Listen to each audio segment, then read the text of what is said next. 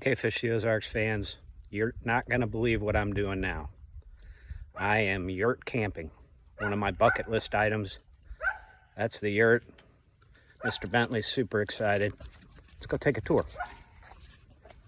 It's got its own patio, fire pit, grilling station, picnic table,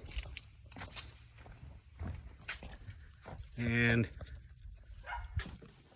really pretty cool. Bunk bed, which I won't use, refrigerator, microwave, air conditioning, and heat. Not bad. Not to mention the scenery. Can almost see the lake through the trees.